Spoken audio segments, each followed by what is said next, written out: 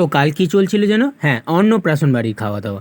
চলো তাহলে, ভেটকি মাছের পাতুরি তো দিয়ে গেছিলো, তো সেটাই খাচ্ছিলাম। তারপর আমি আরও একটা ভেটকি মাছের পাতুরি নিলাম, আমার বাপি চেয়ে দিল। তারপরে চলে এলো কাতলা মাছ। কাতলা মাছটা বেশ ভালোই রান্না করেছিল, খুব একটা খারাপ না, বেশ মেখে খেলাম, ভালোও লাগলো। এরপরে আমি আবারও একটা নিয়ে নিলাম ভেটকি মাছের পাতুরি। এটা কিন্তু খুবই ভালো ছিল, একটু টেস্টি ছিল, একটু জুসিও ছিল। আর ভেটকি মাছটা দেখতে পাচ্ছ একদম ফ্রেশ ছিল, বেশ ভালোও লাগছিলো ভেটকি মাছটা খেতে। এরপর যেটাকে আমি শো স্টপারের জায়গায় রাখি না, সেটা হলো চিকেন কষা, সেটাই চলে এলো। বাট এটাই আজকে আমার কাছে শো স্টপার, তার কারণ আজকে চিকেন কষাটা দারুণ হয়েছিল। তার কারণ আমি এক পিস মাত্র চিকেন কষা নিয়েছিলাম, তারপরে এটা ভালো হয়েছিল বলে আমি আবারও একটা চেয়ে নিলাম লাস্টে। এরপর যথারীতি চলে এলো চাটনি, পাঁপড়। চাটনিটা একদম পাতলা হয়ে গেছিলো, আর পায়েসটাও একদম পাতলা হয়ে গেছিলো। বাট রসগোল্লাটা, এটাও একটা শো স্টপার বলা হয় যে আমার দারুণ লেগেছে, আমি প্রায় 5টা খেয়েছি। এরপর দইটা দারুণ ছিল। তো এভাবেই ঘোল দিয়ে শেষ করলাম।